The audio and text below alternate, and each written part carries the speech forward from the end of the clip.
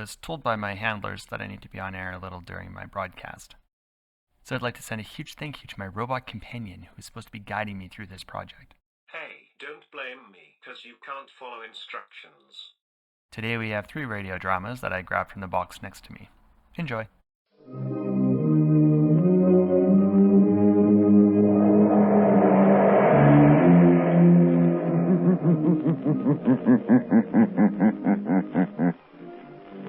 The shadow knows.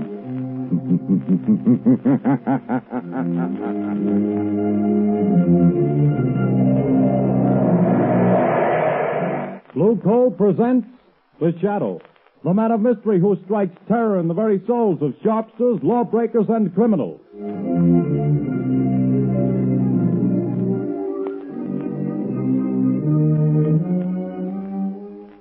Friends, there's no longer any need for you to rely on guesswork when it comes to buying fuel. Now you can get the best fuel for home use, and know it at a glance, too.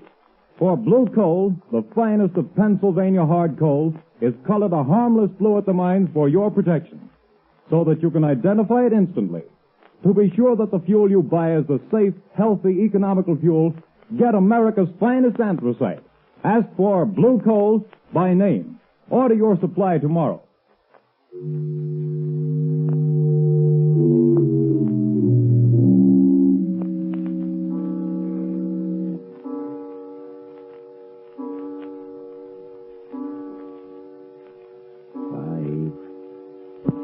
Arthur, don't. 7, 8, 9.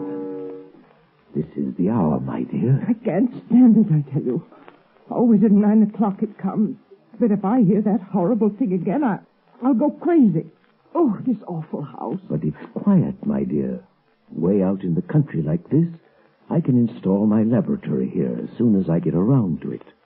As for these strange sounds, well, haunted houses have always fascinated me.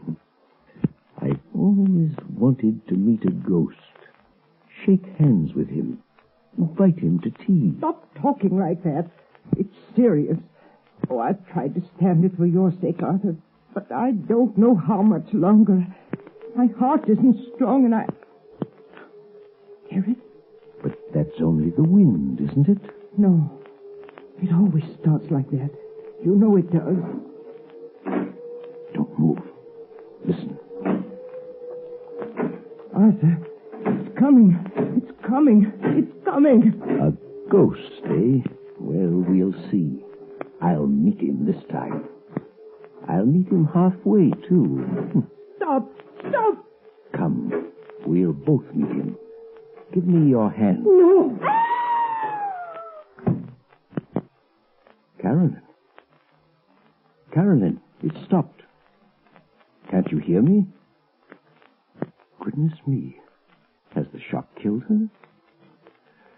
No, her heart still beats.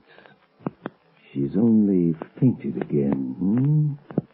Just pass out there.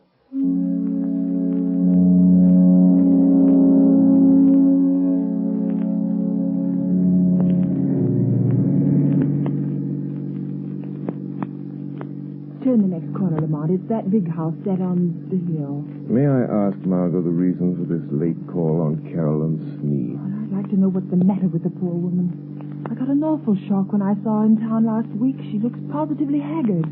I never saw such a change come over a person. Married life may not agree with her. She was a spinster for close to 40 years, wasn't she? I know, but I think she was foolish. Carolyn has nearly $1 million in her own name. She didn't have to marry. Yes, but right now I'm not the shadow. Remember, I'm just your patient chauffeur, darling. Lamont Cranston, in need of a rest from my famous mystery man role. That last adventure took a lot out of me, you know. Well, a marriage problem is hardly as... Seriously, though, nobody knows anything about this man she married. He came into town 6 months ago, met Carolyn in some accidental manner at the county fair, and proceeded to rush her off her feet. I've met him only once, but I don't like his looks. Something sinister, I gather. Hence the shadow idea. Well, who is he anyway? Professor Arthur Sneed, I believe he calls himself.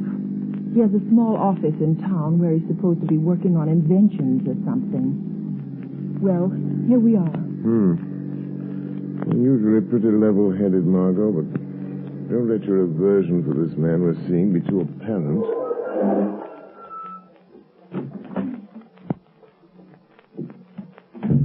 Dreary place, isn't it?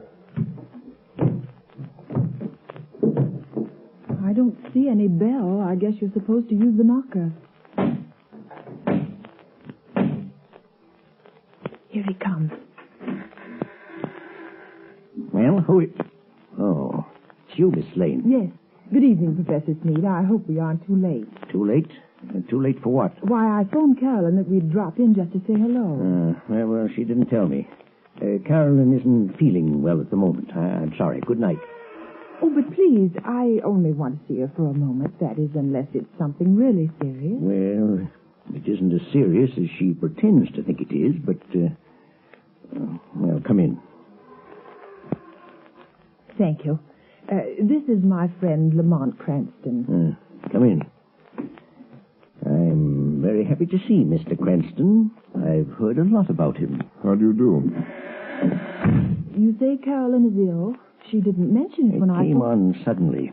She's been in a nervous condition lately, but it's mostly imaginary. I made her go to bed. Well, would it be all right if I saw her? I suppose so. Go on up if you like. Well, thanks. I'll only be a few minutes, Lamont. What seems to be the trouble with your wife, Professor Sneed? Oh, she's run down, I guess. Frightfully nervous. She has some absurd notion that this place is, well, haunted. Haunted? It's only the wind, of course, and the creaking of an old house. Ghosts. She keeps talking about ghosts. And I can't persuade her that there are no such things. Of course, old houses have a habit of getting themselves haunted, Professor. As for myself, I'm not so sure there aren't such things as ghosts.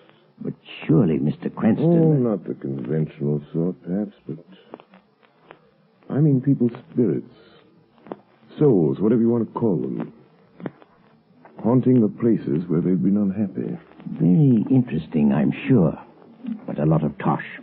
I put no stock in it. No? I'm just noticing that rather rare book on the table, Professor. Neuroses of Death. What?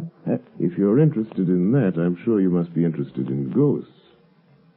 I understand its morbid analysis of the factors of violent death are quite interesting. What do you know about it? Oh, I read all sorts of things, Professor. Professor Sneed. Oh, yes, Miss Lane?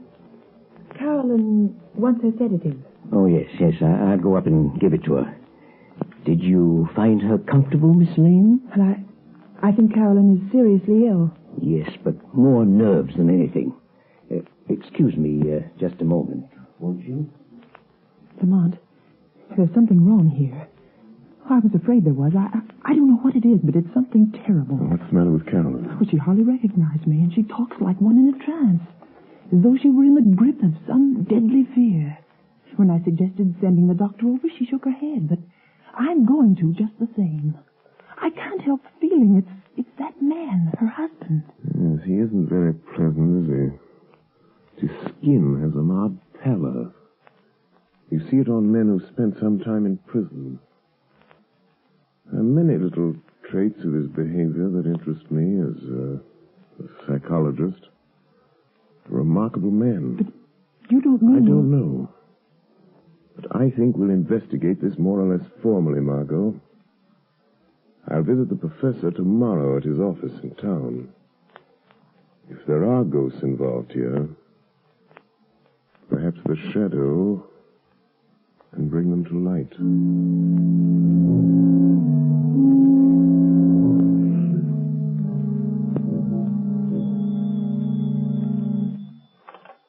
Hello? Yes, Carolyn. Well, don't worry, my dear. I'll leave the office here at 5, and I'll be home before 6. Yes, I understand. Goodbye, dear. Well, who is it? Is that you, Miss White? Who's opening that door? Don't get up, Professor. Professor. I'll close it after me. What? I thought I might find you in. Who said that? Who are you? Your conscience speaking, Professor. Or have you a conscience? I'll show you what I've got. Don't excite yourself. I'm only a voice. A voice they call... Professor, have you ever heard of the shadow? The shadow? Yes. You seem to have heard of me. What do you want? I've come to warn you, Sneed. Warn me? Warn me about what? I know what you're doing. What? And I know how it's going to end. The end is death. Death? I have something here I'll toss in your lap. There. Do you hear it? Why, you... Get out of here, I tell you. See it? Look. It's half of a playing card. The ace of spades. When you find the other half, that will be the end. Get out and leave me alone. All right, Sneed, I'll go, but don't forget. The shadow knows.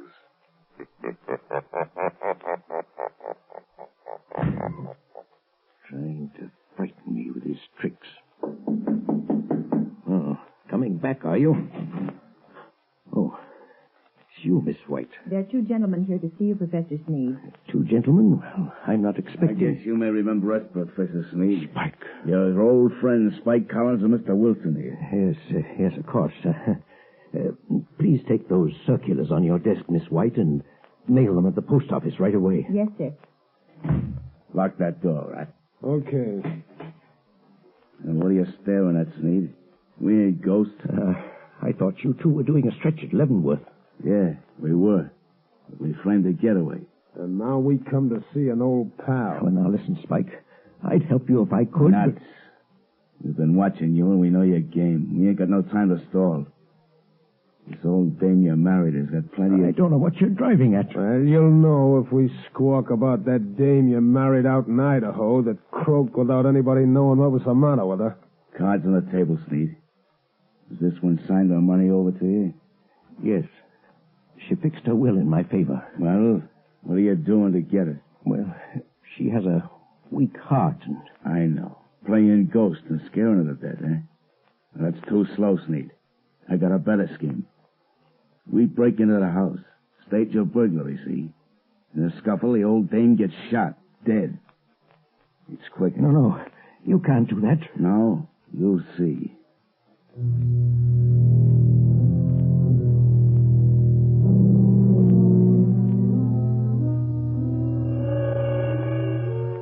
Spike Collins. Spike Collins. Wake up. Spike Collins. What? Who's that? Just a voice, Collins. The voice of your own thoughts, coming to warn you. No one but you can hear me. Your friend's need is going to double-cross you tonight. Sneed is going to double-cross you. It's your move. Be there to prevent him. Be there in time. 6 o'clock. Be there.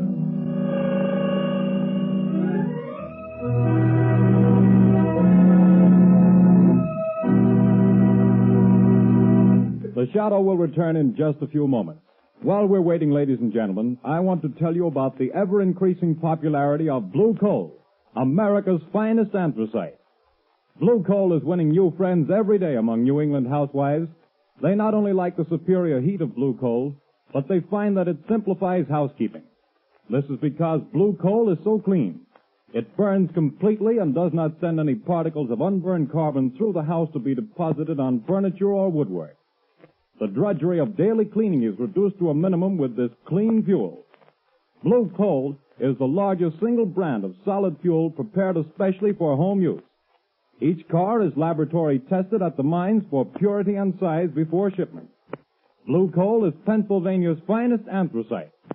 So that you can personally identify this excellent fuel, it is actually colored blue at the mines. Order it by name. You will find the name of your nearest blue coal dealer listed in the Where to Buy It section of your classified telephone directory under the name Blue Coal.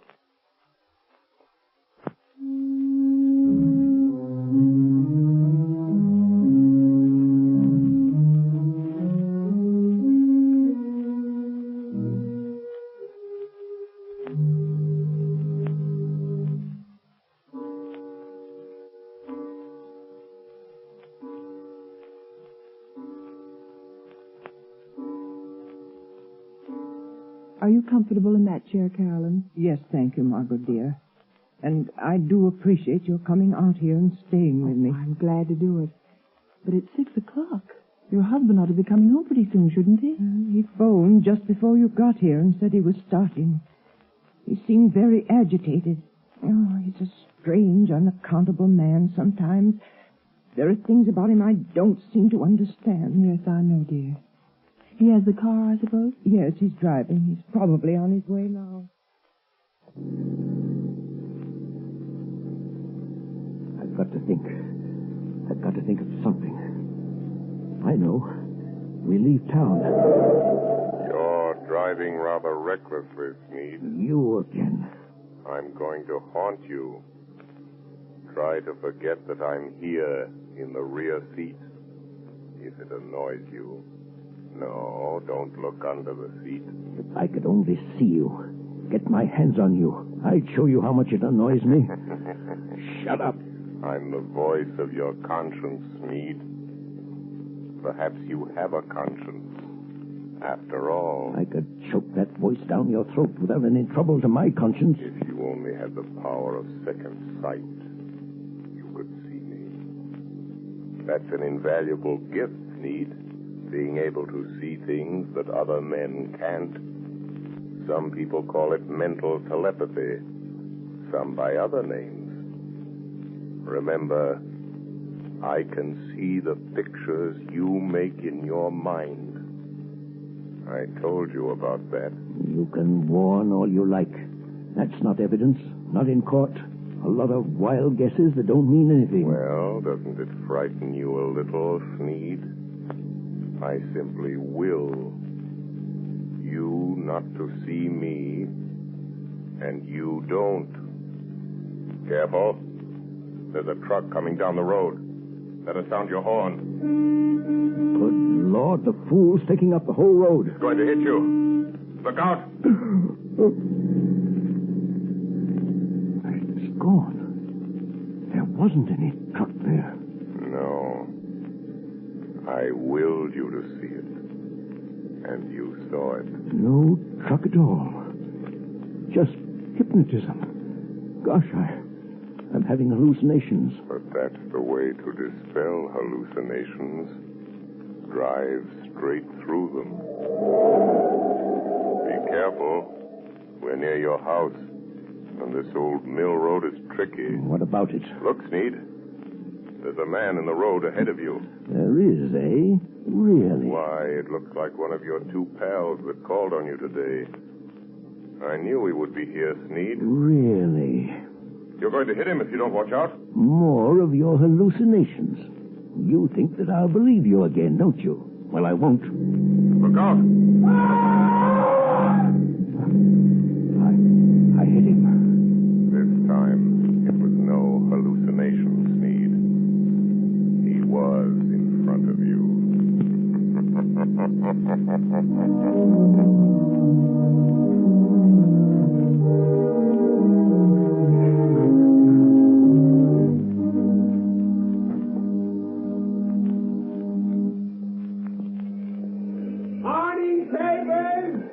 Morning papers! Ex-convict Spike Collins found dead last night on the old mill road. Spike Collins, wanted by the police, found dead. Here, son. I'll take one. Here you are, sir. What's it all about, Lamar? Found dead on Old Mill Road. But that's out of the Sneed's place. Yes, I believe it is. Notorious criminal struck by automobile and killed. He was certainly struck by an automobile. I wonder if Sneed knew anything about it. He acted very strange when he got home last night. Strange? What way? Well, he was pale and shaky, and he hardly seemed to know I was there. He told Carolyn that he'd had a message from out of town, and they'd have to pack and leave. Well, did he say when? Well, they thought they could get their trunks and things ready by this afternoon sometime. You're not going to let Carolyn go with him, Lamont? Not if I can help it. Let's see. A little after 9. I imagine Commissioner Weston is rather startled by the morning's news. I think I'll have a word with Commissioner Weston.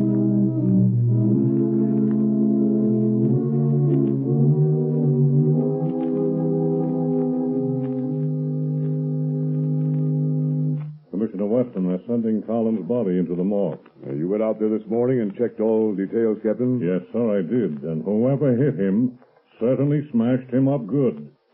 His face was all out of shape and couldn't recognize him. But we found these in his pocket. Now, let's see. Letter from his girl out west, looks like. Insurance policy. Library card of Leavenworth Penitentiary. And this ring, sir, that Collins always wore, with the figure 8 on it. Oh, yes. Well, it's a good job done, whoever did it. Tag that stuff and file it. Yes, sir. Let me know when the wagon gets here. Yes, sir. Police Department, Commissioner Weston speaking. Good morning, Commissioner. This is your good friend, the Shadow. Oh, yeah? Well, what the blazes do you want? To be of a little assistance, as usual. Yes, I see. I'm getting tired of this rigmarole, though heaven knows things happen when you phone. And what's the assistance today? Why didn't you investigate the ghost that haunts Sneed House, Commissioner, on the old Mill Road? Well, you missed up on that one, Mr. Shadow. I don't put much stock in ghosts, but we went out there and checked up, searched the house. There's no evidence. No? Go again today, Commissioner.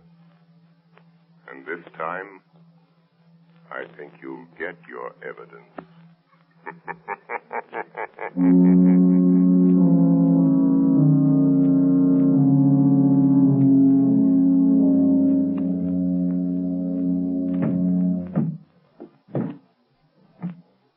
Is that the last trunk, Arthur? Yes. The expressman won't be here until 4. Another hour yet.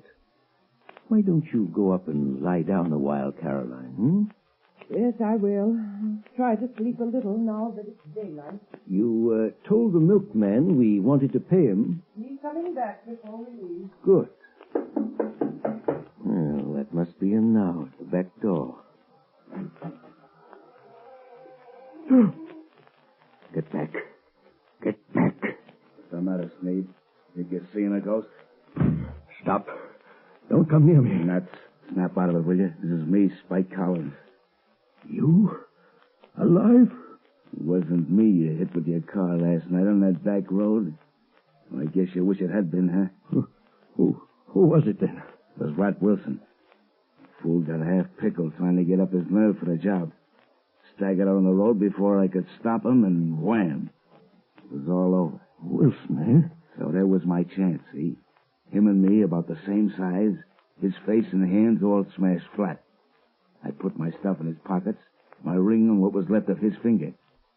There I was, dead. And all that time you was giving me the double cross. And maybe I am a ghost, but I can still deal with you, Sneed. Who is it, Arthur? Just a minute, Carolyn. Now listen, Spike. There's only one way to see this thing through. You and I have got to stick together. The Shadow is after us both. We've got to get out together, away from this Shadow. Don't kid me anymore about the Shadow. You see this cat? I'm here on business. I'm going through with it. Put the old lady out of her misery. Good Lord. What's the matter? There. On the table. Nothing but a torn playing card. The ace of spades, or half of it. You've got to stop it, Spike. You've got to stop. Arthur, what's the matter? Who's this man? Carolyn. This is a friend of mine. A friend? Sure, a friend. But I don't understand. The pistol, Yeah, that's my way of doing business, lady. Your husband does it different. He's been scaring you to death, ain't he? Making you think the place was haunted. You know how he always does it? Stop it, Spike. He used to be an electrician, see? He rigs up a sort of electric sound box with a remote control switch. He usually puts the switch over here by the door. Yeah, here it is. what's it all about, Arthur? The ace of spades. The end. Death. When he turns the switch, you hear the ghost dance. All you have to do is turn this knob. That's the way it works, lady. But I hear it. Arthur, I hear it. Turn that thing off, you idiot. What? I haven't turned it on. You haven't. Then what's making those sounds?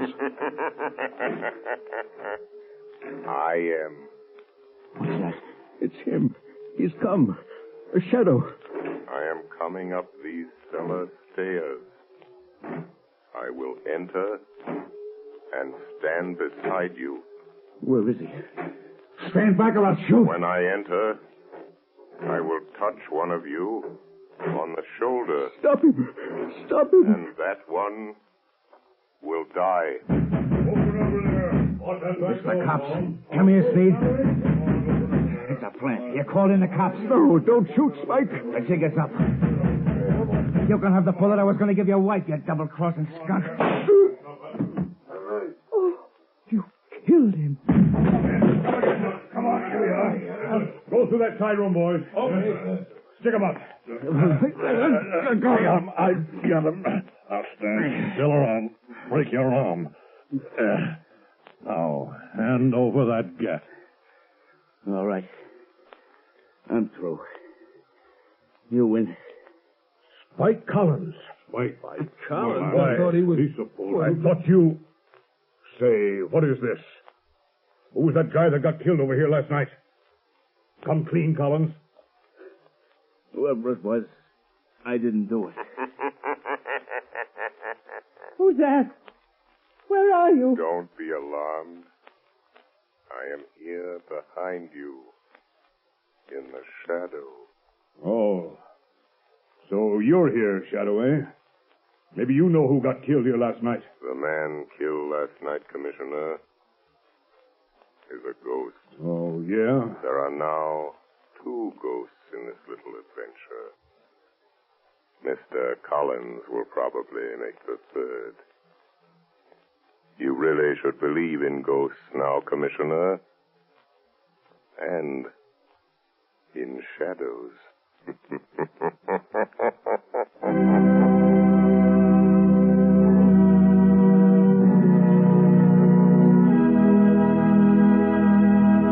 And now, before today's adventure with the Shadow comes to a close, John Barclay, Blue Coal's own heating expert, is here to give us another of his practical talks on automatic heating.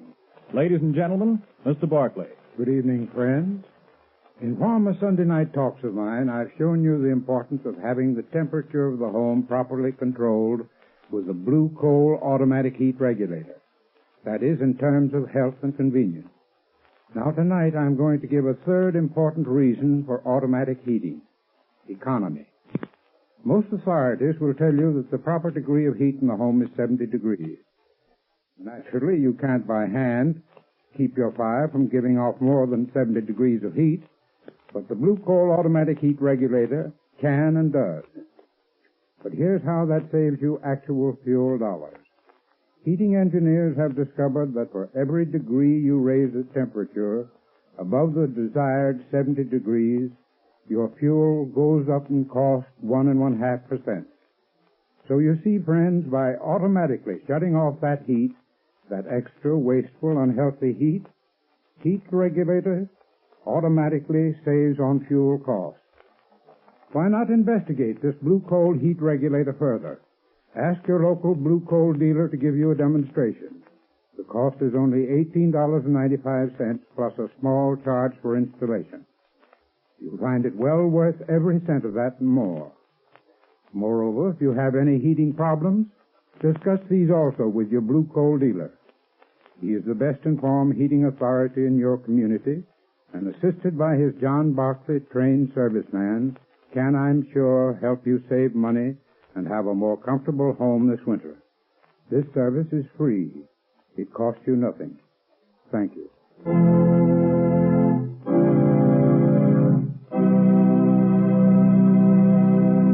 The Shadow adventure you have just heard is copyrighted by the Shadow magazine. The characters in this story are entirely fictitious. Any similarity to persons living or dead is purely coincidental.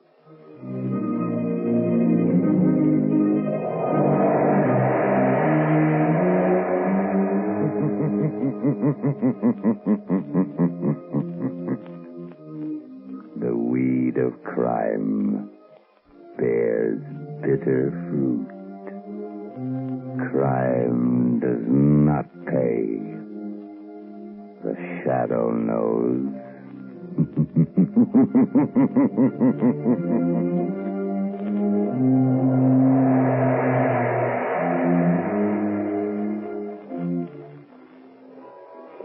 Extra! Extra! Hear all about it! Next week, same time, same station. The Shadow's latest adventure. Extra! Extra!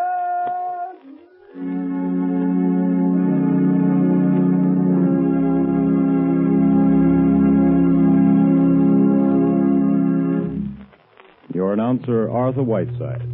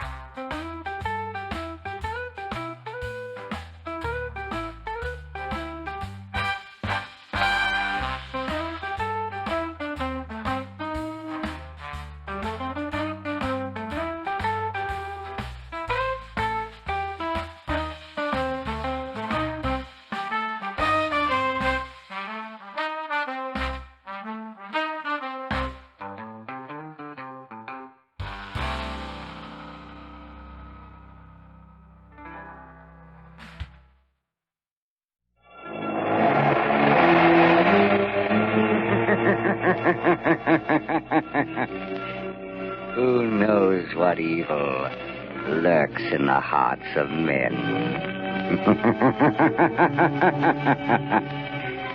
The Shadow knows.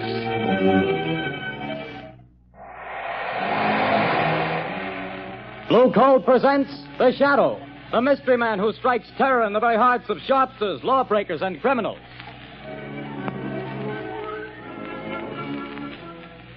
Ladies and gentlemen, when you hear the Shadow's blood-curdling laugh, you can be sure that exciting entertainment will follow. And here's something else that you can be sure of. When you buy Blue Coal, you're getting the finest of Pennsylvania hard coal. The harmless blue coloring that identifies Blue Coal is your guarantee of clean, even, safe, dependable heat all winter long. So don't take chances. Insist on Blue Coal. Ask for it by name. Phone your order to your nearest Blue Coal dealer tomorrow. And be sure to hold on for John Barclay's important message at the end of this program.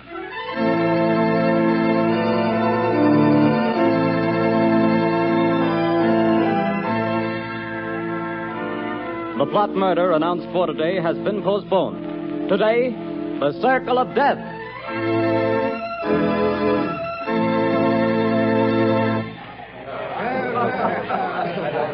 Oh, Jack, what a delightful show. What a wonderful way to start our honeymoon. Darling, when it comes to shows and girls, I'm a swell picker. Now watch me pick a nightclub. Oh, taxi! Hey, taxi! Darling, I think you're wonderful. I've never had such a marvelous time in my life. Hop in, honey.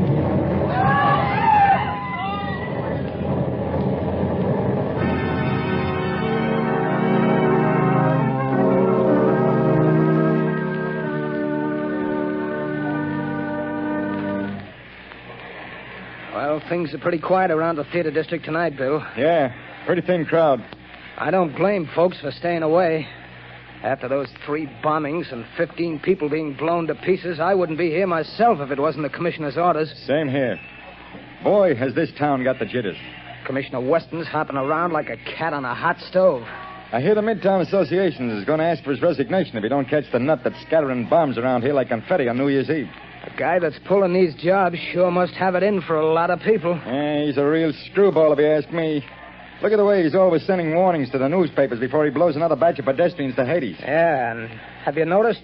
He always ends his notes by saying, I hate crowds. Yeah. Well, this is the time that crazy goof warned he'd set off another blast. Maybe his watch is slow. Things are going to pop if he pulls another job and kills any more people. Well, maybe all the cops have him scared off. Maybe. Maybe not. Bill, look at that car. Blown to smithereens.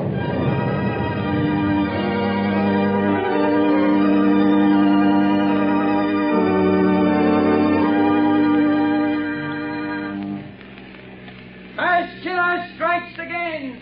5 more dead. Get your paper here, pad. Read all about the mad maniac's latest slaughter. It's horrible, Lamont, horrible. It's senseless and insane, Margot. Crimes like this always are. Turn on the radio. It's time for a news bulletin. There's a switch on the dashboard. All right, Lamont. Turning the attack upon the inefficiency of the police department. Tonight at Midtown Hall, a meeting of businessmen of the entertainment world and property owners is in progress. Police Commissioner Weston has been asked to defend his department and produce results or resign. That's enough, Margot. Washington, Shut the radio D.C. off.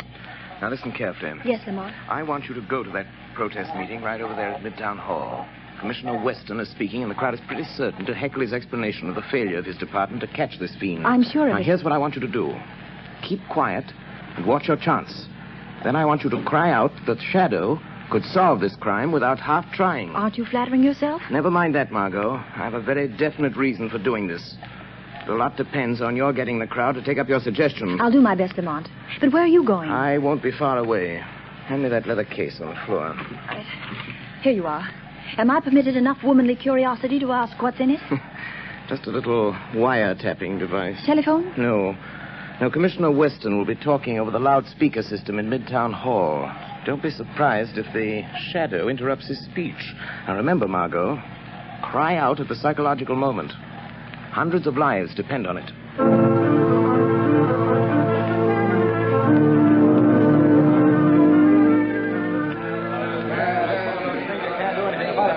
We don't want alibis, Commissioner. We want action, Weston. Crazy man's making a fool of you, Weston.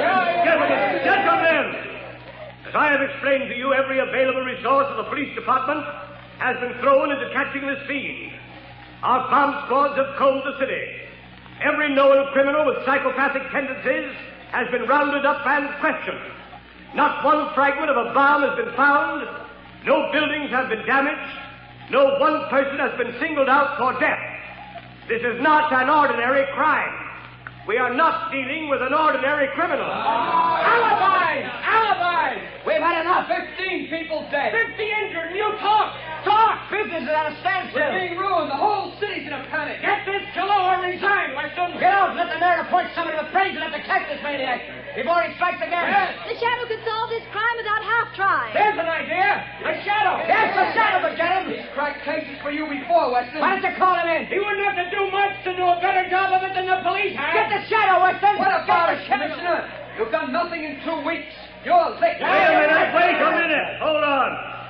What makes you think this man who calls himself the Shadow is interested in law and order? He's helped to crack plenty of criminals, hasn't he? Yes, he's tipped us off occasionally, but it may have been to get rid of rivals.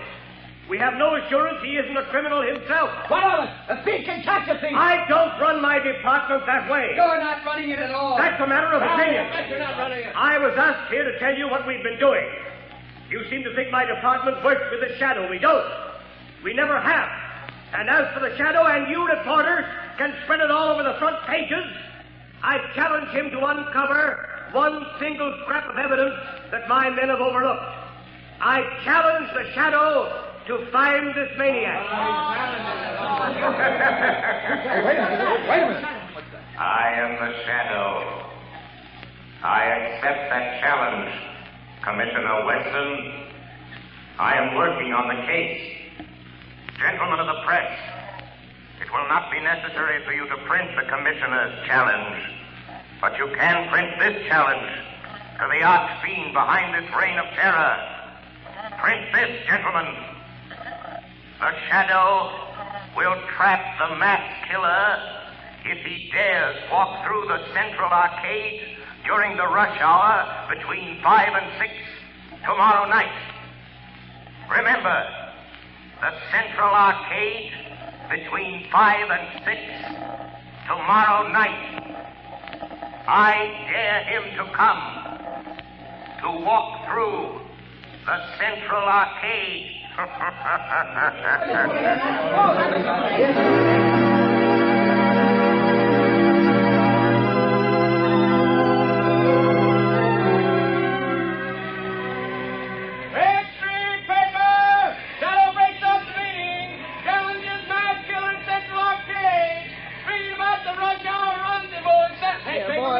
Boy, you here. Give me a paper. That's 2 cents, mister. Here's your 2 cents. Well, thanks. Here's the paper. No, not that one on top. People, crowds have seen it. Well, so what? They're all the same. No. Give me that one underneath. Okay, the customer's always right. Hey, you masked murderer challenged by the Shadow. Get your extra paper. The Central Arcade tomorrow. So he's daring me, this Shadow fellow. He knows I hate crowds, and people pushing and getting in my way, voices talking and shouting. I hate them. But I'll show them. I'll show the Shadow fella, too. I'll fool all of them. I'll accept his challenge. I'll be there at the Central Arcade. And the Shadow fella will know I was there. The whole world will know. After I've gone.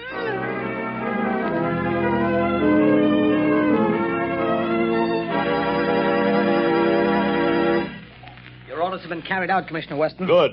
There'd better not be any slip-ups. 200 patrolmen are stationed in the neighborhood of the Central Arcade.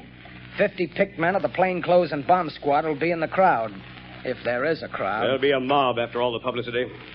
If I could get my hands on the Shadow, I'd wring his neck for this.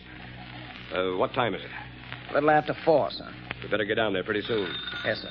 Shall I take that call, sir? No. I've been waiting for this. And if it's who I think it is... Hello. Listen to me, Shadow. No, Commissioner Weston. You listen to me. I'm listening. Quick, Collars, trace this call. Yes, sir. Don't bother, Commissioner.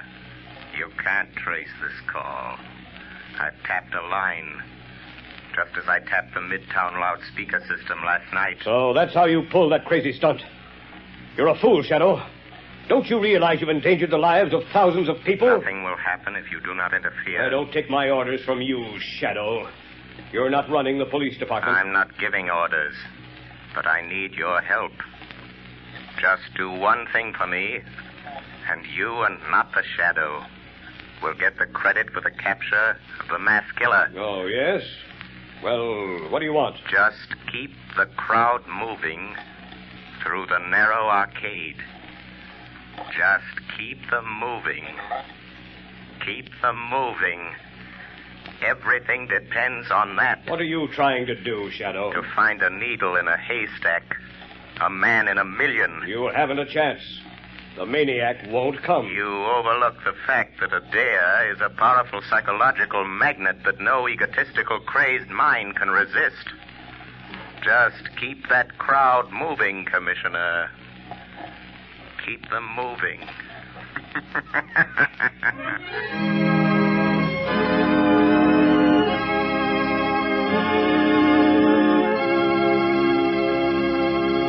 When you start figuring ways and means to save money for Christmas gifts, fuel is probably the last thing that comes to mind. Naturally, you don't want to jeopardize the health and comfort of your family. But did you know that you can actually have better heat for less money simply by burning blue coal? Here's why. Blue coal is a rich Pennsylvania anthracite, the fuel that furnaces, space heaters, and cooking ranges in this part of the country were especially designed to burn. And while other fuel prices are advancing, the cost of anthracite is not. No wonder thousands of homeowners are switching back to anthracite. No wonder anthracite is the fuel that is used for cooking purposes on the nation's crack passenger trains. They've tested all kinds of fuel and found that anthracite is far more economical because it burns long, steadily, evenly, with minimum drafts and less attention. Now, the cream of all Pennsylvania anthracite is blue coal. It comes from the mines of the famous Glen Alden Coal Company. It's tested and retested for purity and uniform sizing. Blue coal is prepared especially for home use, and it comes in all domestic sizes: egg, stove, chestnut, and pea. So if you want clean, even, dependable heat at lowest cost, always order blue coal. Phone your nearest blue coal dealer tomorrow. You'll find his name listed in the Where to Buy It section of your classified telephone directory under the name Blue Coal.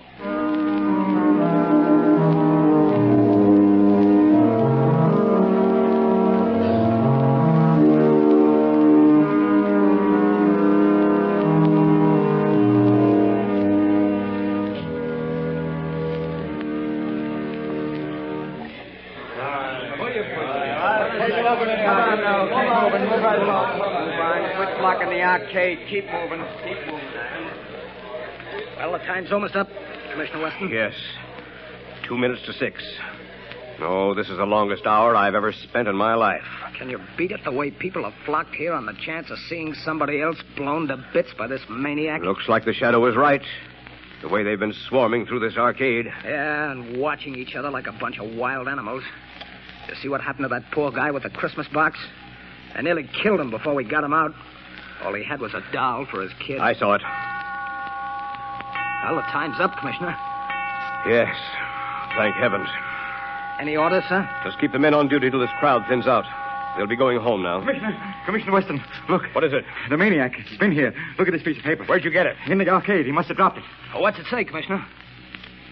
Tell that shadow fellow I'll kill me a lot more people at 11 o'clock tonight.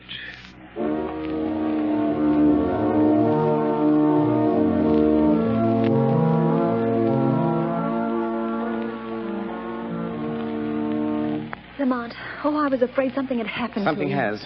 I found the maniac. Thank heavens. Have you notified the police? Margot, this man is a fiend. If I notified the police and they bungle things, he might kill hundreds of people. This is a job that the Shadow must handle alone. But Lamont, he's dangerous. You might fail. He might kill you. The Shadow won't fail, Margot. But if he should, it's far better that one die than hundreds. Oh, Lamont, please. There must be a safer way. Perhaps, Margot, but this is the only sure way to end the career of this mass killer. Goodbye, my dear. Lamont. Oh, Lamont.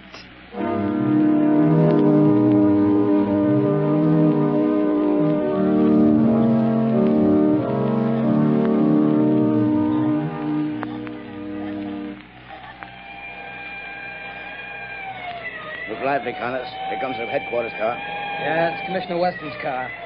He's plenty worried about this maniac threatening to kill another batch of people at 11 tonight. Well, he'll sure have to go out of the theater area to kill him. They won't let anybody in the district here without a police permit. Wait a minute. Here comes a guy. Hey, you. You. Who, me? Yeah, you. Where do you think you're going? Me? I'm going to work. That's where I'm going. Got a permit? Got a badge. See? Says I'm a night watchman. I got to go to work. What do you watch? Where do you work? I watch things in the ground. Down there. Down where? Down under the street. Down under the planks. Oh, I get it, Bill. He's a night watchman down on the new subway they're building. Yes, that's it. I go down them steps. Every night I go down them steps and watch. Well, why did you say so? Get on with you. Get to your watching. Thank you. Joe Tonetti is waiting for me so he can go home. Every night at 10:30, I take from him the job of watching. Now, that's a job I wouldn't want any part of. Me neither. I'll pound my feet on this.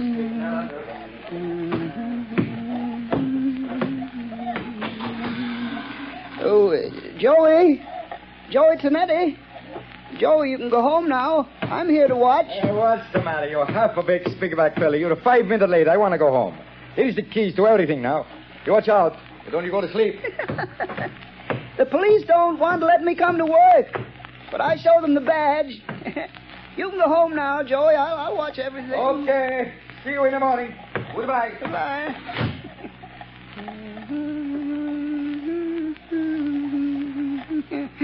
Oh, those people. So many people always pushing me. But I'll show them. I'll fix them good. I'll kill him. That shadow fella, I'll show him, too. Now I'm alone. All alone. Not quite, Anton Spivak. You are not quite alone. I am with you. Huh? Do you hear my voice, Anton? Sure. I always hear voices. In the dark, on the street, and here under the street where I watch every night. Yes, Anton. But you've never heard my voice before, have you? Well, maybe. I don't think so. What's different about your voice? It's the voice of the shadow. Oh, you're a pretty smart voice. How'd you find me? Where's that shadow fella the newspapers talk about? I am more than just a voice, Anton Spivak. I am the shadow. You're the shadow? Yes. Where are you hiding? I am hiding under the cloak of invisibility. You cannot see me because I have clouded your mind, so you cannot see that which is here. How did you get down here in this subway excavation? I followed you down the steps. How'd you know where to find me? I picked you out of the crowd in the central arcade. How did you know I was the one? Your eyes showed me. I knew then how much you hate crowds. My eyes show you? Yes. You passed close to me as I stood in the shadows. Huh? The arcade is narrow. You didn't see me. No one saw me. But I saw you. How'd you find out my name? I followed you to the place where you live. I found out you work here in the tunnels. Then you followed me here from my home tonight? Yes, Anton Spivak. All the way. Good. You're a very clever shadow. But you must go now and let me do my work. I ain't got much time. Now go quick before I get mad. You're plenty smart. I'm glad to know you, Mr. Shadow, but no, you have to go. Yes, I'm smart. But you're smarter. You bet. Let me stay. I want to learn. You can teach me things. Then maybe we can work together. You hate people, too? Yes. I hate crowds. Let me watch you and learn. All right. I'll let you watch. What are you going to do? Yeah, you just watch. What's in this shed? You see? Dynamite. Sticks and sticks of dynamite. Is this what you use to kill people with? Mm-hmm. Yeah. My precious dynamite. They kill the crowds I hate, see? Now, look here. Here's a stick of dynamite already fused. There's 1, 2, 3, 4, 5, and 6 sticks of dynamite to go with it. Now, you watch. See, Shadow, I tie them in a bundle. But how do you take that dynamite to the place where you killed all those people? It's a block away. How do you carry it? That's where I'm smarter than you, Mr. Shadow. Show me. I'll show you. Now, look, see, it's almost 11 o'clock. Now, here. You see this little hook? I hooked the dynamite to it. Then what, Anton? Wait, you hear that car overhead on the boards? Yes. Well, if the light is red, it will stop right over our heads. Now listen. There, you see? The light is red. Now I take this crowbar. And I go up this ladder. Come on, you come with me. Yes, I am still here.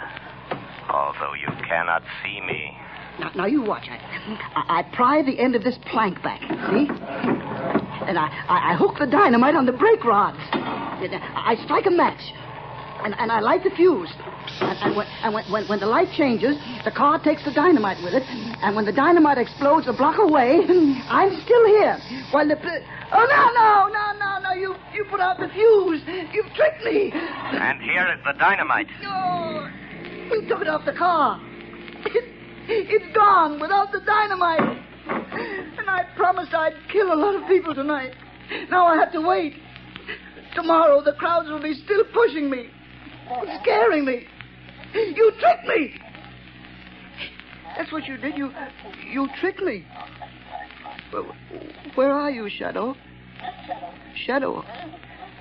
Come here, Shadow. Nice, Shadow. Nice, Shadow.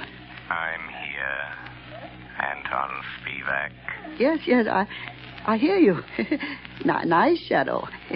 Come close to me. Put down that dynamite, Anton. No, Shadow. I light another match. If you touch that match to the fuse, you'll die too. But I'll kill you, and I don't care. You wouldn't let me kill people, and I don't want to live. I want to die. I want you to die too, Shadow. Wait, Anton. No, you blow out my match. Yes, I have a plan. Those thousands of people waiting up the street. Huh? Yes? You can kill all those people. Wouldn't that be better than just killing the two of us? How? Tell me how. Take your dynamite and come with me. Up the steps. Up to the street. Oh, no. There's policemen out there. I saw them. But they won't see you any more than you can see me. No. They will see me. Hypnotize them. Huh? Hypnotize them. Look straight at them. Stare at them. And then they won't be able to see you. No, I'm afraid. Think of all those people waiting to be killed. Come. Just a few more steps. I am with you. You'll be safe. I'll try. All those people waiting to be killed. I'll try it. But don't you leave me, Shadow, or I'll light the fuse. I'm here, Anton Spivak. Look, there are the two policemen. Uh-huh. Just stare at them hard as you pass, and they won't see you. All right, I'll try. Well, it's past 7, Connors. Looks like a false alarm this time. Hey, wait a minute. Here's that night watchman. Yeah, what's the matter with him? What's he staring at? Look what he's carrying. You can't see me. Dynamite. Grab him. No. Take it away from him. Let me go. Hold it. No, I said no. I got him. It's a mass killer. No. Oh, he lied. He fooled me. He said you couldn't see me. No. Give me my dynamite. I want to kill all those people. Hold him. No. Here's Commissioner Weston. We got him. We got the maniac, Chief. Good work. Here, let me look at him. No. He tricked me. He said you couldn't see me. Where'd he come from? About a subway excavation, Commissioner. He's a night watchman. No. He tricked me. The Shadow tricked me. Oh. It was the Shadow. Yes, Commissioner Weston. The Shadow. I found the killer, but the glory is all yours.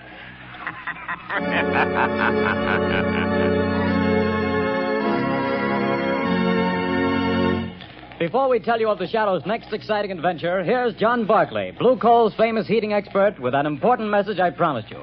Ladies and gentlemen, Mr. Barclay. Friends, there are just 2 more days left in November.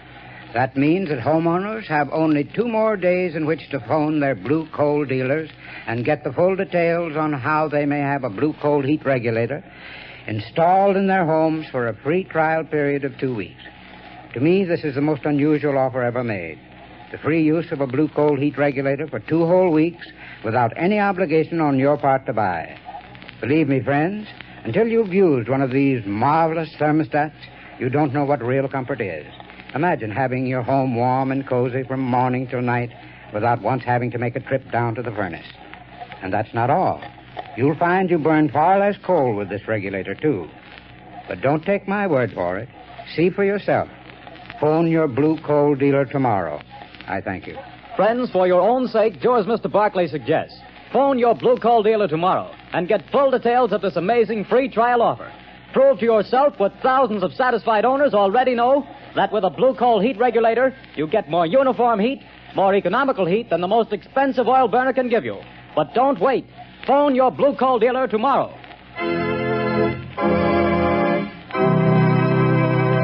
The story you have just heard is copyrighted by the Shadow magazine. The characters in this story are entirely fictitious. Any similarity to persons living or dead is purely coincidental.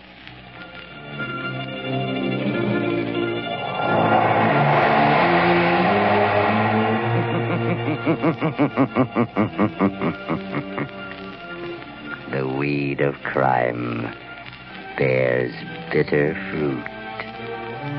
Crime does not pay.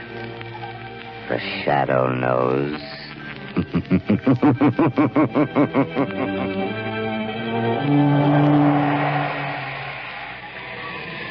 Extra! Extra! Hear all about it! Next week, same time, same station. The Shadow's latest adventure.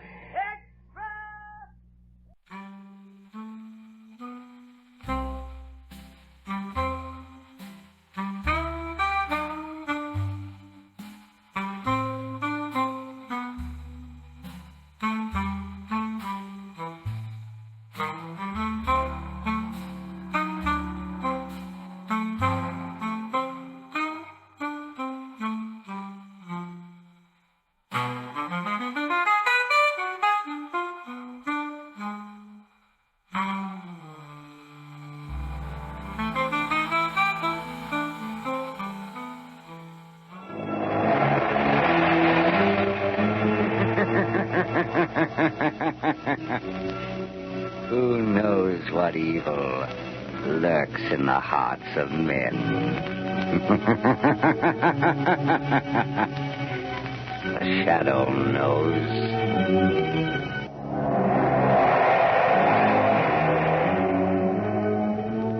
Blue Coal presents The Shadow, the mystery man who strikes terror in the very hearts of shopsters, lawbreakers, and criminals. Today, the Death Triangle.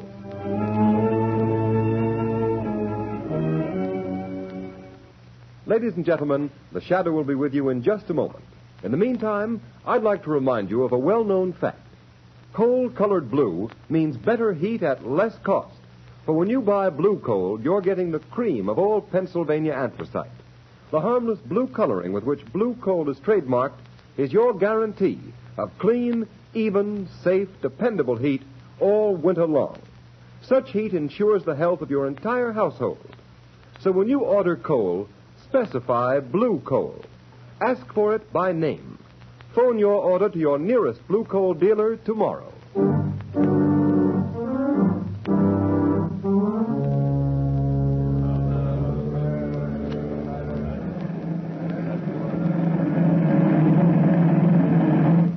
On this day, December 22nd, 1913, by order of the authority of Devil's Island, you, Pierre Martin, are hereby sentenced to 100 days in confinement solitaire and 100 lashes in the presence of the assembled prisoners as a warning to all who would attempt to escape.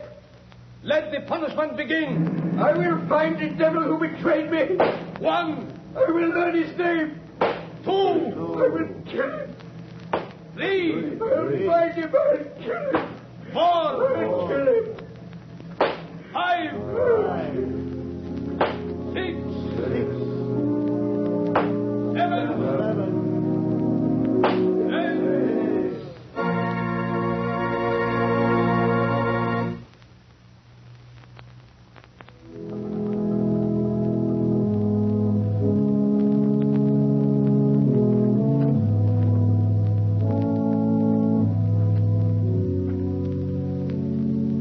Ladies and gentlemen, we interrupt this program of organ music to bring you a special news flash from our affiliated press service.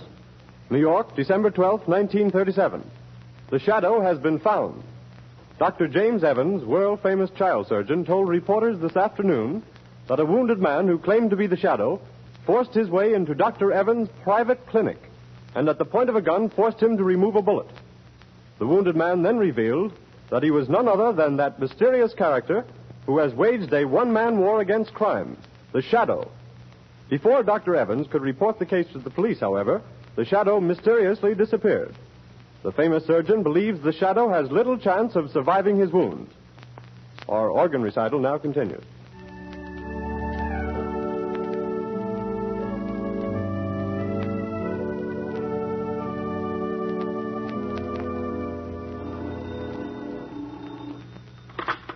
Hello?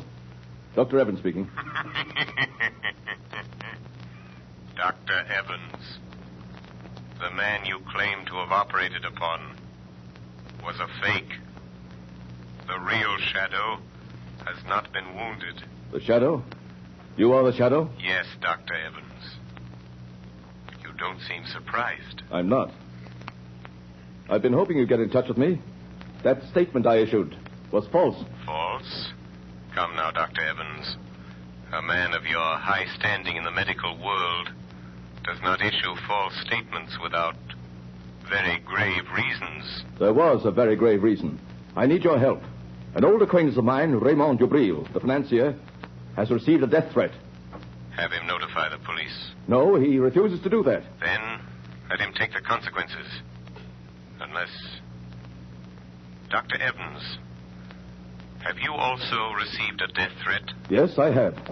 Before I made this call, I investigated your past, Dr. Evans. My past is a matter of public knowledge. You were once a political prisoner on Devil's Island. You escaped 20 years ago with 3 other men. Raymond Dubril, the banker, and Pierre Martin, the concert pianist. Yes, but our convictions were reversed by a high court a year after we escaped. I know it was proved that you 3 were innocent. But what about the 4th man who escaped with you? A murderer. Jacques Cauvet. He was caught and sent back to Devil's Island. After the escape, one of you betrayed him to the police. I don't believe that. Why else should he mark you for death? Then you know Cauvet escaped from Devil's Island a second time 6 months ago? Yes, Dr. Evans. Then you're interested. You'll help? Yes, I will help. But only because your life is in danger, Doctor. The world can ill afford to lose the skill and genius that has saved the lives of countless children. You overestimate my importance, Shadow. But will you help? Yes. When and where does Cauvet's warning say he will strike first? At Dubril's Long Island estate tonight. How do you know this warning came from Cauvet? Dubril received a miniature music box in the shape of a coffin in the mail this morning. A musical coffin? Yes. And when the lid of the coffin is raised, the music box plays a tune. A tune Dubril, Martin, Cauvet, and myself whistled as a danger signal when we were planning our escape from Devil's Island. Where is Dubril, Dr. Evans? At his Long Island estate. Martin is staying with him, and I am driving out there to spend the night. I had hoped you'd come and help. I will help you, Dr. Evans. Tell Dubril and Martin that the Shadow will be there tonight.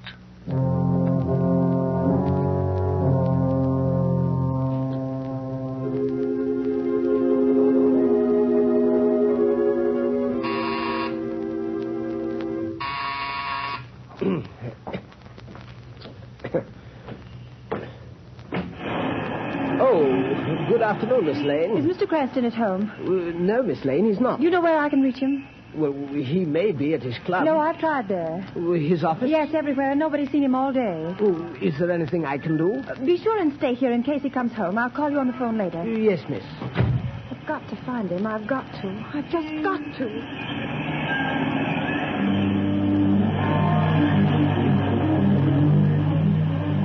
I've got to find Lamont. Maybe Dr. Evans knows more than he told the newspapers. His office said he might be at home.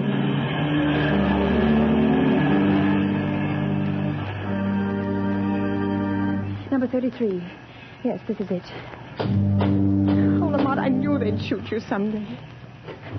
Yes, miss? Is Dr. Evans here? I must see him. I beg your pardon, miss, but are you another reporter? Yes, and I must see Dr. Evans. It's important. It's a matter of life or death. I'm sorry, miss, but Dr. Evans has nothing to say to the press. He's not at home. But I must see him. I must find him. I'm sorry. That car. That's Dr. Evans' car. Yes, miss. Where's he going? I'm not at liberty to say, miss. Never mind. I'll find out myself.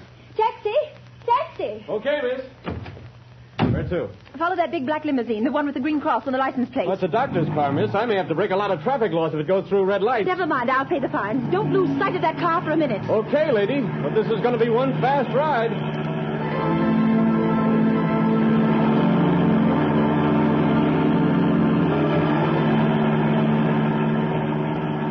Driver, slow down. That car's turning in at that estate. What do you want me to do? Go through the gates after? No. Stop here. Okay. Here's $5. Hey, thanks, man. I wonder if this is just a wild goose chase. Lamont couldn't be way out here, not if he's wounded, dying. That car, it sounded like... Oh, but it couldn't be. It is. It's Lamont. Lamont! Margot, what in heaven's name are you doing here? Oh, Lamont, then it wasn't true. You weren't shot. Dr. Evans didn't operate on you. Oh, no, so you heard that news flash, too. The papers are full of it. I tried to find you at the office, at home, at your club, everywhere. I'm sorry, Margot. I should have known you'd worry, but I've had a very busy afternoon. How did you get here? I followed Dr. Evans' car. He just drove through those gates. What's happening, Lamont? Are you trying to find out why he said he operated on the shadow? Is someone impersonating you? No, Dr. Evans did that, knowing I'd get in touch with him. He needs my help in a very special manner. But why? Is someone after him, threatening him? Yes, also the owner of this estate, the banker Dubril and Martin, the concert pianist. And you're going to help them? I'm interested in helping Evans. He's a great doctor and a great humanitarian. His life is in danger. Lamont, now that I'm here, is there anything I can do? Yes, Margot. Wait in my car. Keep your eye on the house. If you see a light go on and off twice in one of the windows, drive to the nearest payphone and notify the state police to come to the Dubril estate. I'll watch for the signal. Fine. I suppose there's no use my asking you to be careful. No, Margot, but I'll try. I'll try to avoid really putting Dr. Evans to the trouble of removing a bullet from the shadow.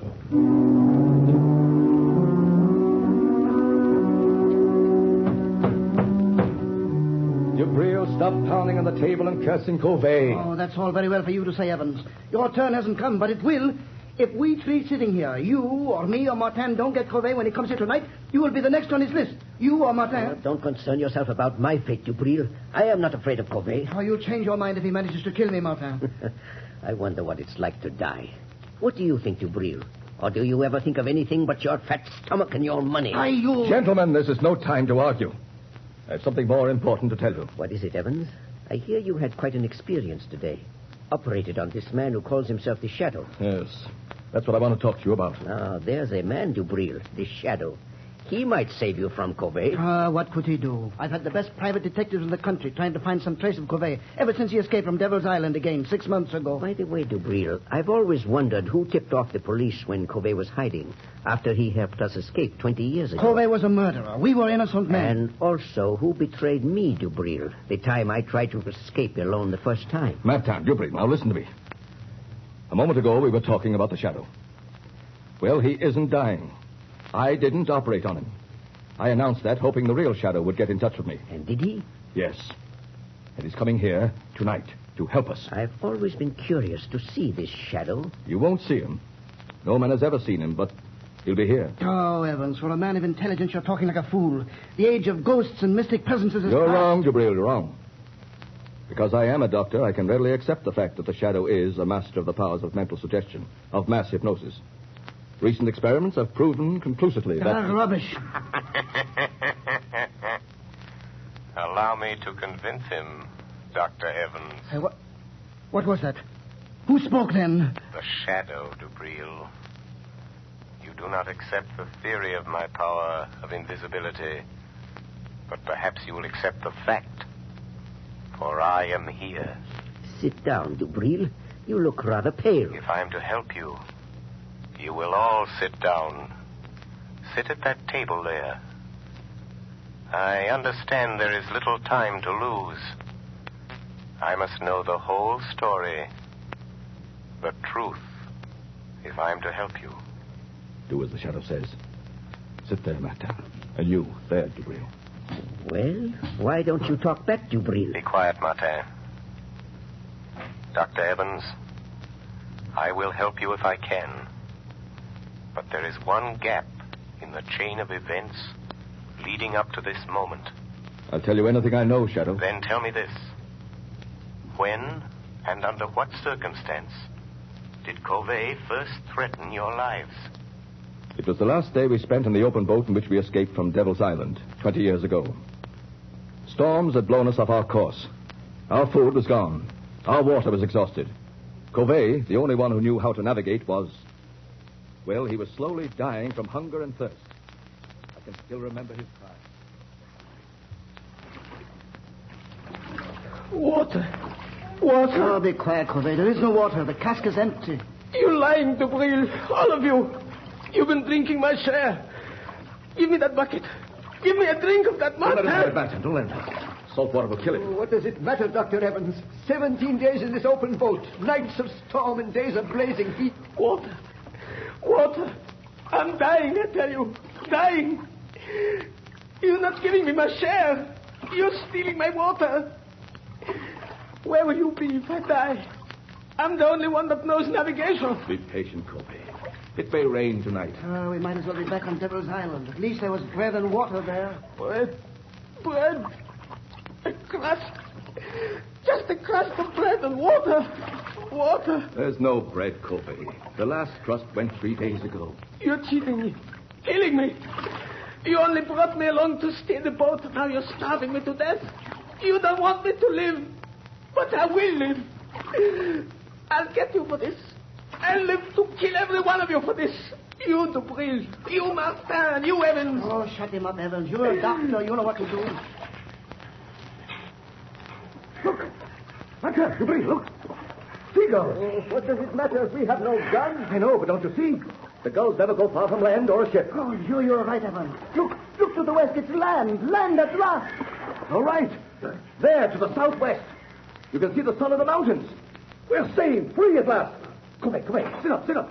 Look. We've sighted land. There'll be food and water plenty for everybody. You tried to kill me, starve me to death, but I'm going to live. I'm going to live until the last one of you is dead. Dead. Yes, we threatened all 3 of us. And so you see, that's how it all began. And now Covey is free and out to get us, Shadow. But what makes you so sure it is Covey? Well, it couldn't be anyone else. It's Covey, all right. He sent Dubril that thing on the table. That oblong box? Yes, Shadow. Notice its shape. It's a miniature coffin, beautifully carved. Covey was a woodcarver. He was always handy with a knife. But still it does not follow that he was the one. Except for one thing, Shadow. When the lid of the coffin is raised, it's a music box. And that tune it's playing was a warning signal we used while planning our escape from Devil's Island. Remember, only the 4 of us knew it. Dubril, Covey, Evans, and myself. Oh, stop it, Evans. Stop that cursed thing. Stop it, I tell you. I can't stand it. So you have a conscience, eh, Dubril? That danger refrain recalls the past, doesn't it? Stop talking about it. It looks as though Covey meant business, doesn't it? Don't sit there conniving over me. You forget your turn, maybe next, maybe tonight even. I am not forgetting anything, Dubril. You'd better steady yourself, Dubril. I'll get you a drink. Oh, never mind. Here's the decanter. I'll pour it myself. Oh, that tune. Where is it coming from? I smashed the coffin. Good heavens, Dubril. It's the decanter in your hands. Oh, someone changed the decanter. Covey, he did it. He's here. He's been in his house tonight. Dubril, where are you going? To my room. I don't trust anybody. I'll be safe there behind locked doors, alone. And if Covey comes, I'll be ready for Wait, Dubril, wait. Let him go, Dr. Evans. But he shouldn't be left alone. Covey may carry out his threat. Are you sure it is Covey? What do you mean? It must be. It couldn't be anyone else. The coffin, the decanters are his warning. I know. But you said the 4 of you knew the signal. Are you sure it isn't one of you? Of course not. I thought you said the Shadow was here to help us. I am. But I am content to let events lead themselves to a logical conclusion. You mean you won't use your power to save us from him? I shall use my power at the moment it is required, Dr. Evans. Right now, for instance. Look on the table. Huh? There is a note where the decanter was standing. Good heavens. Covey has been here. Listen to this matter. You are the first. And you will die tonight, Raymond Dubril.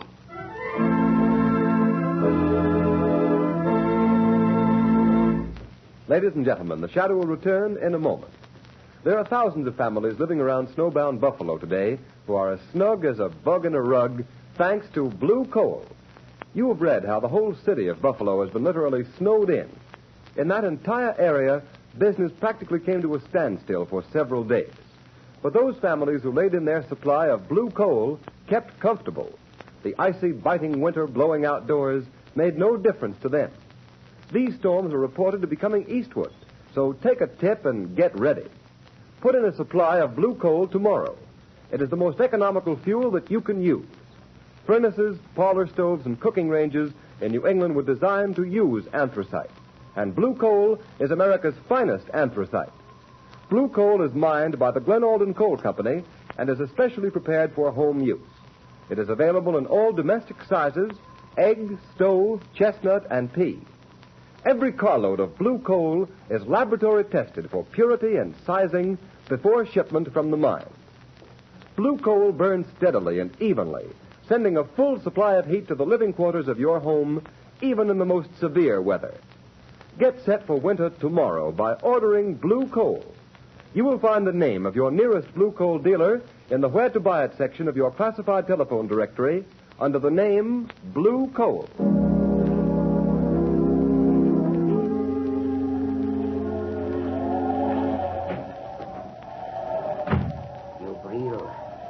Dubril, wake up. I have come for you. So you've come, Covey. Oh, you poor deluded fool. Do you think I'd let you kill me in my sleep? I've been awake, waiting here in the dark for you to come. A little light helps. So you've grown a beard since I saw you last, Covey. And your hair is gray. That gun in your hand won't save you, Dubril. If I die, I will take you with me. Listen, Covey. I didn't steal your food in the open boat. I swear it. No? You also betrayed me to the police. You told them where to find me. And I am not the only one you betrayed, am I, Dubril? You betrayed Martin the time he tried to escape alone, didn't you, Dubril? Yes, but what do you care, Covey? He wouldn't take me with him.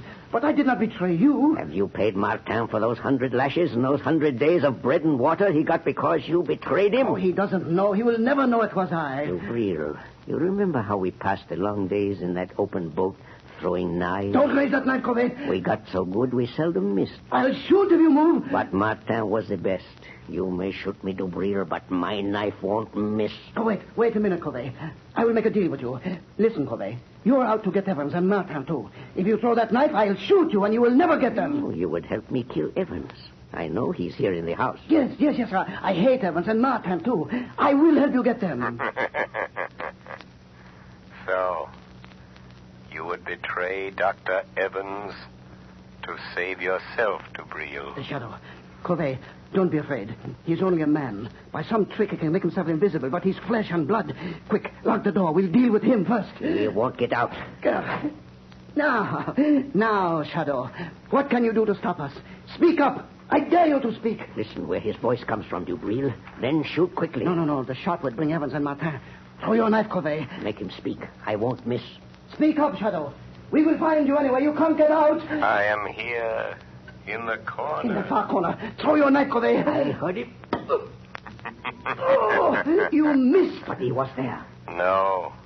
Only my voice was there. Ventriloquism. He's there in front of you, Dubril. Shoot. Yes, I will shoot now. Yes, I will shoot. But not the Shadow. He came here to help us catch you, Covey. And he has your knife. It's gone. Now, Covey, you are helpless. And now I'll deal with you. Oh, you treacherous snake. You fool. You think I carry only one knife? This one is for you. Oh, you devil. But I take you with me, Covey. Dubril,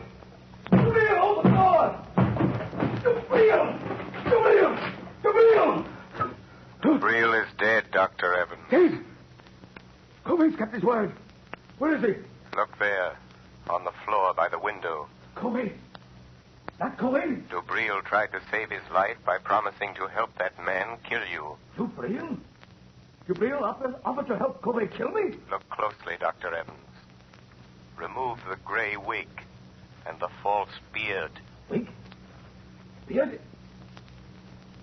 Martin! Yes. Martin, disguised as Covey. He's still alive, breathing. Get away from me, Evans. Don't touch me. I hate you. I hate you both. Why did you do this, Pierre? Why? I hated Dubril because he betrayed me on Devil's Island. I hated you, Evans, because you have got the things that I always wanted. Success, fame, glory. It was I sent the musical coffin. The warning note. I knew you'd think it was Colby. I've got Dubril, but Colby will get you, Evans. He's after you. He will get you. He will kill you. He will... Martin! Stop breathing. He's dead. Yes, Dr. Evans. He is dead. You are quite safe now. You forget Covey. No, Dr. Evans.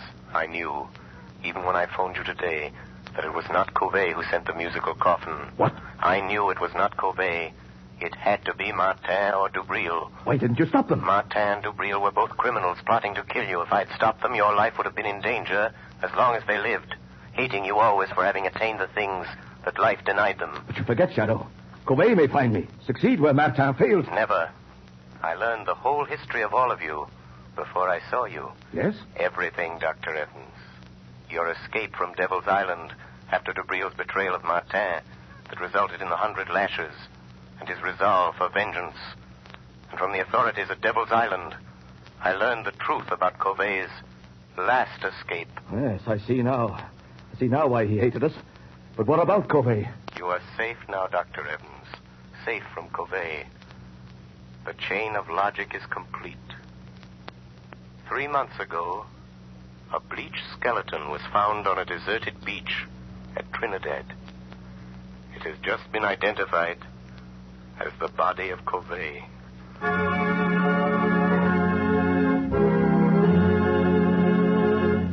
Before we tell you of the Shadow's next exciting adventure, here's John Barclay, Blue Coal's famous heating expert. Ladies and gentlemen, Mr. Barclay. Good evening, friends. While you're doing your Christmas shopping, why not get a gift for your own home?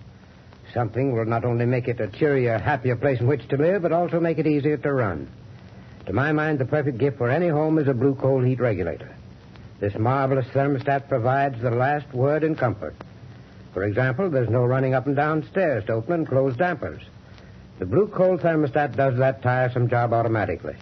Keeps your home at just the temperature you want from morning till night. It can be attached to any kind of heating equipment. Steam, hot air, hot water, even a parlor heater.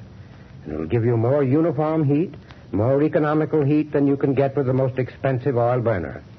In fact, this Blue Coal heat regulator will completely modernize your present heating equipment.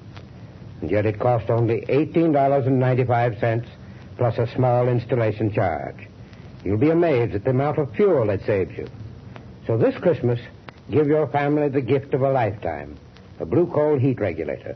Your nearest Blue Coal dealer will be glad to give you complete information regarding it. Phone him tomorrow. Thank you, Ken Roberts. Thank you, Mr. Barclay. And friends, take Mr. Barclay's good advice.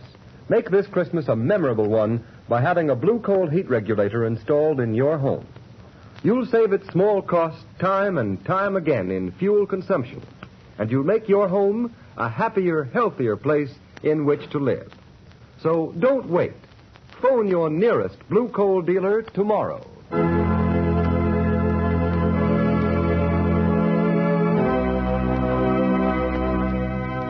The story you have just heard is copyrighted by the Shadow magazine. The characters in this story are entirely fictitious.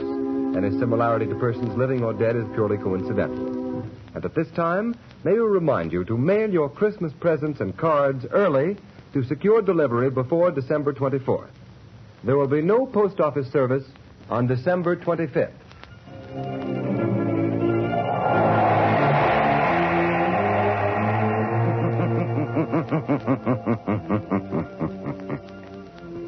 The weed of crime bears bitter fruit. Crime does not pay. The Shadow knows.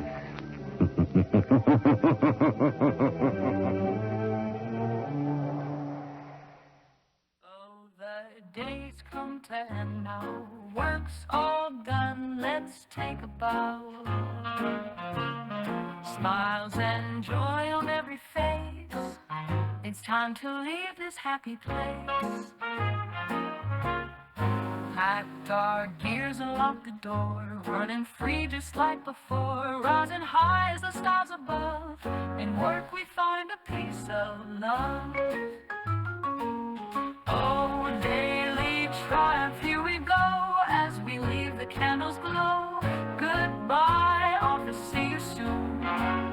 Till tomorrow in the afternoon. Laughter rings from all around. In this space joy can be found. Tasks are finished, time to play.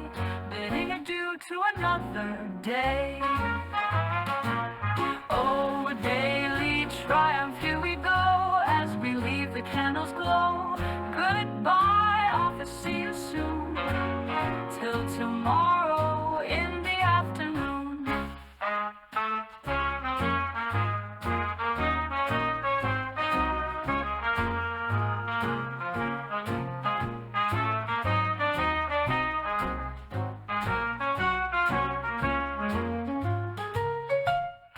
Laughter rings from all around. In this space joy can be found. Tasks are finished, time to play. Bidding adieu to another day. Oh, daily triumph, here we go, as we leave the candles glow. Goodbye, office, see you soon. Till tomorrow in the afternoon. Laughter, rest, and time to dream. In the stars our hearts will gleam. Count the moments, count the smiles. We'll be back in just a while.